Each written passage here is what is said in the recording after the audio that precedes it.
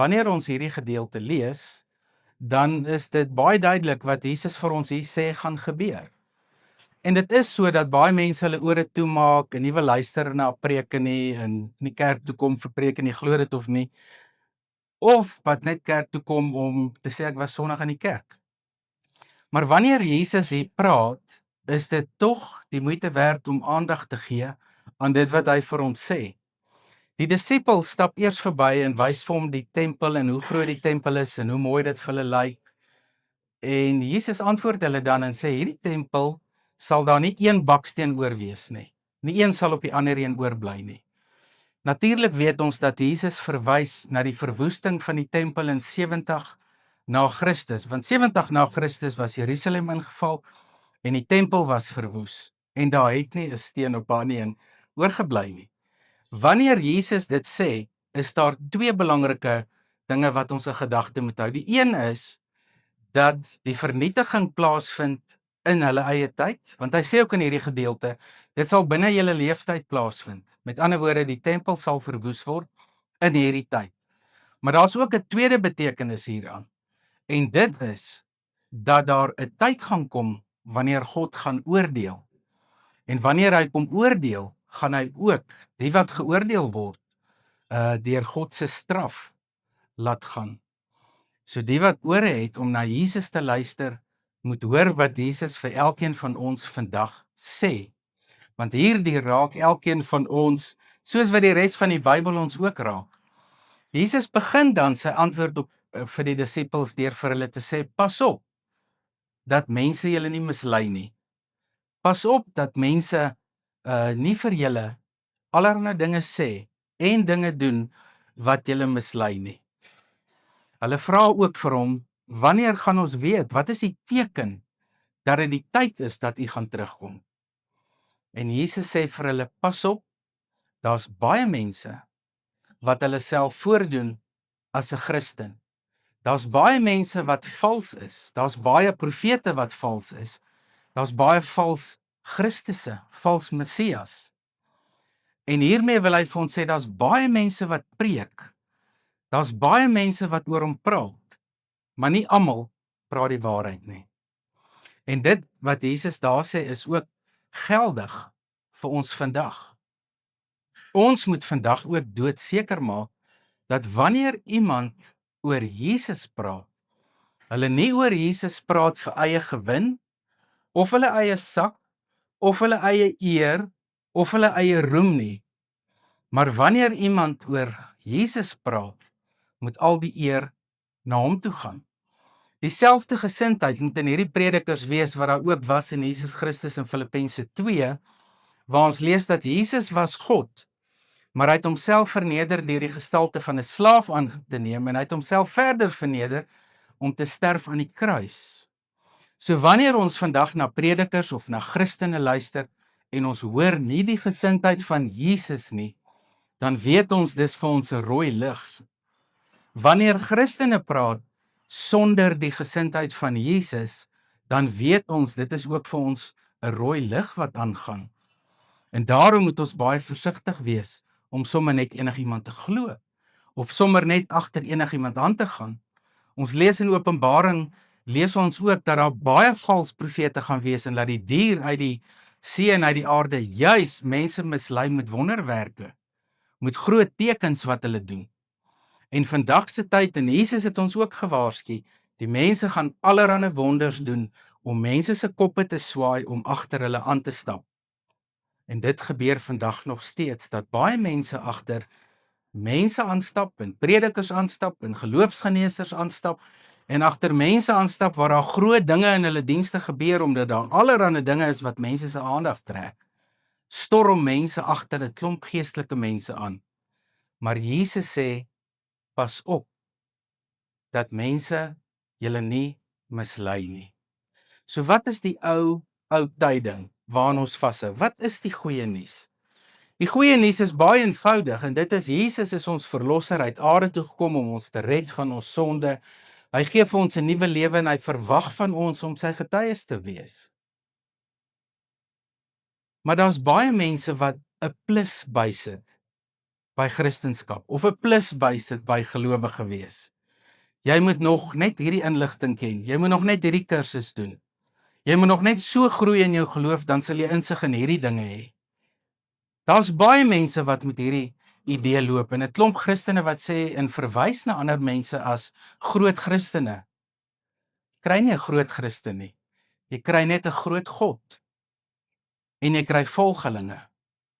Jy kry nie iets soos 'n groot gelowige nie. Almal se geloof is dieselfde want almal glo in Christus. Jou geloof is so sterk soos die een in wie jy glo en as jy in Christus glo, is jou geloof sterk. Dan het jy 'n sterk geloof. Jesus gaan verder en hy sê julle moet onthou dat daar ander tekens is. Daar gaan oorloë wees.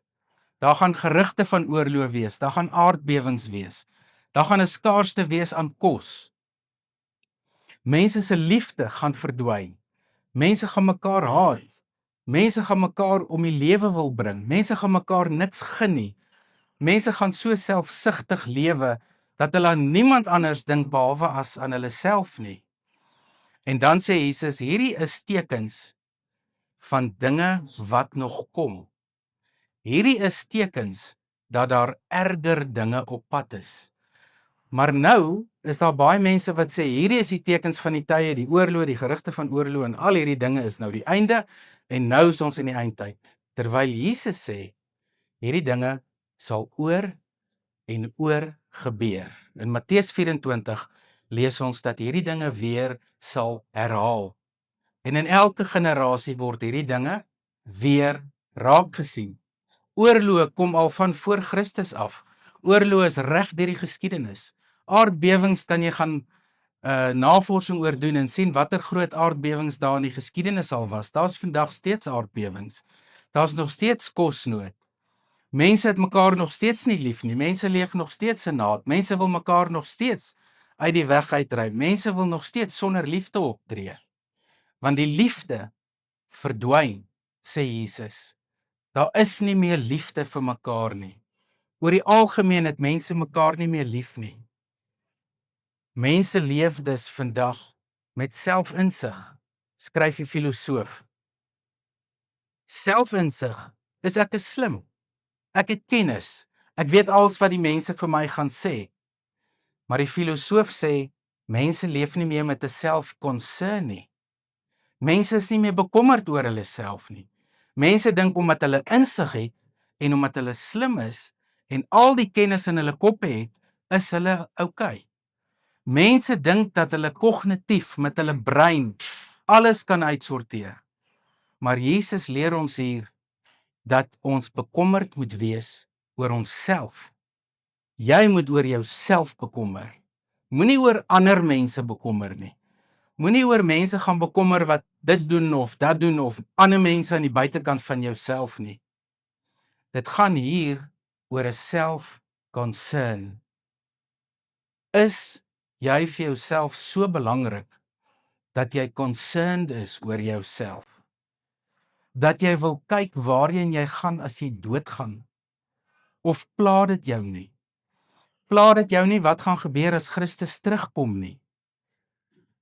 Leef jy so met selfinsig dat jy nie bekommerd is daaroor nie? Dink jy het genoeg kennis om te sê jy's gered en alles is okay? Of leef jy met self-concern om elke dag op te staan en te sê, Here, ek wil nie onverhoeds betrap word nie. Jesus sê al hierdie dinge gaan gebeur, al hierdie dinge is tekens dat iets ergers op pad is. Dan praat hy ook van vervolging en dat Christene verdruk sal word omdat hulle Christene is. En dat Christene doodgemaak sal word omdat hulle Christene is. Dit sien ons ook vandag op 'n klomp plekke in die wêreld. Ons is nog die ellende gespaar, maar dit gebeur. Wat keer die ongelowiges rondom ons om môre ons te begin vervolg? Op wreder maniere as wat ons ken. Op hierdie stadium word ons uit vriendekringe uitgeskuif of jy word deur mense snaaks aangekyk as jy opinie huldig as 'n Christen. Mense breek Christelike opinies af. Hulle gebruik Jesus se naam as 'n vloekwoord op die televisie. Hulle verwys na God ook as 'n kragwoord in baie van die films. So mense het geen respek vir Christus en vir God nie. Ons leef klaar in daardie tyd. Ons aanbid Jesus Christus, in die films word sy naam gebruik as 'n kragwoord. Daar word al klaar spot gedryf met ons geloof. Is ons so concerned dat ons daarna kyk? Gee ons genoeg om in die eerste plek vir onsself, voordat ons na ander kyk. Dan sê Jesus, die goeie nuus is, dat niks die evangelie gaan doodmaak nie. Ek wil graag vir jou lees vers 12 tot 14 uit die boodskap uit, vers 13.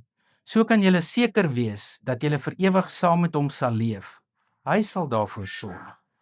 Een ding is egter seker, al hierdie haat en vyandskap sal die boodskap van God in hierdie wêreld nie kan stilmaak nie. Die goeie nuus van God moet en sal uitkom vir almal om te hoor. Oor die hele wêreld sal dit weer galm. Dit sal by elke nasie uitkom. Dan sal die einde van hierdie wêreld kom. Dit sal natuurlik 'n nuwe begin vir elke gelowige beteken. Wanneer al die nasies gehoor het van Christus, sal hy kom. Lees ons hier. Psalm 19 sê, die woord van God is soos die son. As die son opkom, ontkom niemand aan sy gloed nie, soos God se woord. Niemand kan wegkruip vir God se woord nie. So reeds in die Ou Testament sien ons dat God se woord deur die psalmdigter beskryf word as oral. Baie mense sien hierdie vers en sê ons moet nou gaan evangeliseer, anders gaan Jesus nie kom nie. Nou niks van hierdie tekens in Matteus 24 is 'n voorvereiste vir Jesus om te kom nie. Jesus sê, slegs God weet wanneer die wederkoms gaan plaasvind. So baie mense verwar die eindtyd en die wederkoms met mekaar. Die wederkoms is wanneer Christus terugkom. Die eindtyd is hier vandat Jesus opgevaar het. Vandat hy opgevaar het al hierdie dinge gebeur wat hy vir ons as tekens noem. Hierdie dinge moet ons herinner dat erger dinge kom. So as ons dink dinge is nou swaar, in die toekoms gaan dit erger wees. Dan gebruik Jesus 3 voorbeelde in Matteus 24. Die eerste een is die voorbeeld van Noag. Hy sê in Noag se tyd, Noag het by God gehoor dat hy hierdie ark moet bou. Noag het die ark gebou. Die mense rondom Noag het aangegaan met hulle lewe, hulle het aangehou eet en drink en kuier en gemaak asof daar fout is met Noag. Maar toe die vloed kom, toe is hulle almal diep in die moeilikheid. Want hulle het nie genoeg omgegee vir God se waarskuwing nie. Hulle het nie genoeg omgegee vir hulle self, dat hulle gereageer het op God se woord nie. Hulle het glad nie omgegee nie. En ons kan onsself nie daaraan skuldig maak dat ons 'n lewe leef waar ons glad nie omgee nie. Ons moet omgee. Want Jesus spel vir ons presies uit wat alles gaan gebeur. En daarom kan ons onsself nie daarvoor blind of doof hou nie. Jesus sê, toe die vloed kom, het 'n klomp mense dood gegaan. Die vloed het onverwags gekom. Onverwags. Almal was onverhoeds betrap en hulle is dood. Jesus sê die wederkoms gaan mense onverhoeds betrap. Die wederkoms is van so 'n aard, sê Jesus. Hy sê as jy kyk in die nag en die weerlig slaan, dan is die hele aarde wit, dan kan jy sien. Hy sê so gaan dit kom en gebeur wanneer Jesus verskyn. Almal gaan sien, almal gaan weet dat dit hy is wat hier is. Niemand gaan twyfel nie. Niemand hoef vir jou te sê kom kyk hier is Jesus of kom kyk Jesus is hier. Jesus gebruik die voorbeeld van kom kyk hier Jesus kruip hier in 'n grot weg, kom kyk ek wys vir jou. Hy sê niks van hierdie is waar nie. As iemand vir jou sê hier's 'n Jesus of daar's 'n Christus, moenie eers gaan nie. Kyk net vir hulle en loop weg. Wanneer Jesus terugkom, gaan almal weet. Die hele aarde gaan weet. Moenie soos die mense in die tyd van Noag onverhoeds betrap word nie. Ons is nie groter as die wederkoms van Christus nie. Ons kan nie as mense met so gesindheid leef dat ons dink ons is so belangrik, ons kan besluit en bepaal wat ons in ons geloofslewe wil hê nie. Jesus vra van ons gehoorsaamheid. Hy vra van ons dat ons woorde, ons gedagtes en ons dade in lyn moet wees met wat hy van ons verwag. Die tweede voorbeeld wat Jesus gebruik oor die wederkoms, hy sê 2 mans gaan werk op die veld by die meele. En dan wanneer die wederkoms plaasvind, gaan een weg wees. Die ander een gaan agterbly. Hierdie gedeelte gaan spesifiek oor die wederkoms, wanneer Jesus finaal terugkom. Die tweede voorbeeld is ook, daar's 2 vrouens wat werk en een sal met die wederkoms weg wees en die ander een gaan agterbly. Hiermee wil Jesus illustreer hoe onverwags die wederkoms gaan plaasvind.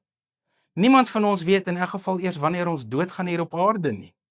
So wanneer ons hier tot sterwe kom op aarde, moet ons ook vir onsself vra, het ons so genoeg omgegee oor ons eie lewe, dat ons lewe reg gehad het voor God? Of gee ons nie om nie? Jesus wil ons vermaan om regtig om te gee, om regtig bekommerd te wees, en om regtig seker te maak, dat ons voor God reg lewe, dat ons lewe wat vir hom, ons lewens vir hom aanvaarbaar sal wees. Jesus gebruik 'n derde voorbeeld van 'n voorman. Sê daar's 'n voorman wat kyk na sy werkers, maar as die voorman weg is, dan lê een van die ouens skielik leeg en hy begin sommer by die werk dring. En as die voorman terugkom, dan werk hy weer ewe skielik. Hy sê maar op 'n dag gaan die voorman terugkom en dan gaan die werker gedrink het by die werk. Hy gaan nie verwag dat die voorman terugkom nie. Hy gaan onverhoeds betrap word. En dan gaan hy in die moeilikheid wees by die voorman. Hierdie 3 voorbeelde gebruik Jesus om aan te dui hoe onverhoeds ons einde aanbreek. Hoe onverhoeds hy gaan terugkom. Hy sê dan in Matteus 24, luister mooi, moenie dink wat ek sê is bloot praatjies nie. Julle dink die aarde en die hemel staan vas, maar ek sê vir julle my woorde staan 100 maal meer vaster as hierdie aarde. Ons moet omgee oor Jesus se woorde. Dit help nie net ons het insig daarin nie. Dit moet 'n concern wees vir ons. Dit is 'n dringende concern wat elkeen van ons mee moet lewe. As julle alles wat ek vir julle gesê het nog nie tevrede is nie, moet julle onthou, die presiese uur en minuut en dag wanneer die wederkoms plaasvind, weet die seun van die mens nie. Slegs God weet dit. En dit kom onverwags. In Matteus 25 is daar nog 'n voorbeeld van die 10 diensmeisies. 5 het ekstra olie gehad, die ander 5 nie. Toe die bruidegom kom, was 5 voorbereid en 5 onvoorbereid. Die wat voorbereid was, het saam met die bruidegom ingegaan vir die feesmaal. Die wat onvoorbereid was, het buite gebly. In hierdie 4 voorbeelde moet ons vandag gaan kyk, hoe concerned is ons regtig oor ons eie lewe. In His Footsteps is 'n boekie wat 'n klompie jare terug geskryf is. En in die boekie is daar die sinnetjie wat ons vandag op baie mense se bandjies om hulle arms sien. En dit is, what would Jesus do? Die pastoor vertel die storie, hy het eendag in sy spreekkamer gesit en hy hoor 'n geklop aan sy deur en toe hy oopmaak, toe's daar 'n man wat vir hom sê hy het sy werk verloor, hy het nie geld nie, maar dis een van die dae sy verjaarsdag, hy wil graag net sy dogter sien. Kan hy hom help om net sy dogter te sien? En die pastoor vertel, hy sê toe vir die arme man, hier's baie lidmate van my, hulle gaan jou verseker help. So het hierdie man toe deur die omgewing geloop. Sondag tydens die kerkdiens, toe sing hulle 'n paar bekende liedere en die pastoor sê toe hy sien van agteraf kom hierdie man vorentoe gestap en die man draai om en hy praat met die gemeente en hy sê vir hulle, julle sing hierdie woorde, maar hierdie week het ek vir julle gevra om my te help. Ek wil net my dogter sien. Maar niemand het my gehelp nie. Almal het my weggestuur. En net daar slaan die man toe, of val die man toe in mekaar. En hulle vat hom toe na die konsistorie toe en hulle besef toe die man is dodelik siek. Die pastoor sit hom toe in sy huis in 'n bed en hulle waak toe oor hom. Toe begin hulle sy dogter soek. En hulle spoor toe die dogter op. Maar toe die dogter daar kom, toe is haar pa klaar dood. Toe het hy gesterf. Die pastoor sê en hy sit toe daar en hy vra homself, what would Jesus do if he sees me? Wat sal Jesus doen as hy my sien? Daai woordjies staan nie op die bandjie nie. Maar daai woordjies kom uit die boek waar what would Jesus do vandaan kom. Wat gaan Jesus doen as hy my in jou sien? Wat gaan hy doen? Wat gaan hy doen by die wederkoms as hy my in jou sien? Jesus praat in Matteus ook, dan sê hy nie elkeen wat vir my sê Here, Here gaan in die koninkryk inkom nie. Dan gaan julle sê Here, maar ons het gepreek en ons het demone uitgedryf en ons het al hierdie geestelike dinge gedoen en in U geglo. Dan sê Jesus, maar dan gaan ek vir julle sê, gaan weg van my af, want ek ken jou nie. So wat sal Jesus doen as hy my en jou sien? Gaan ons gereed wees vir hom? Is ons gereed vir hom? En kom ons maak seker dat ons in gereedheid lewe elke dag van ons lewe.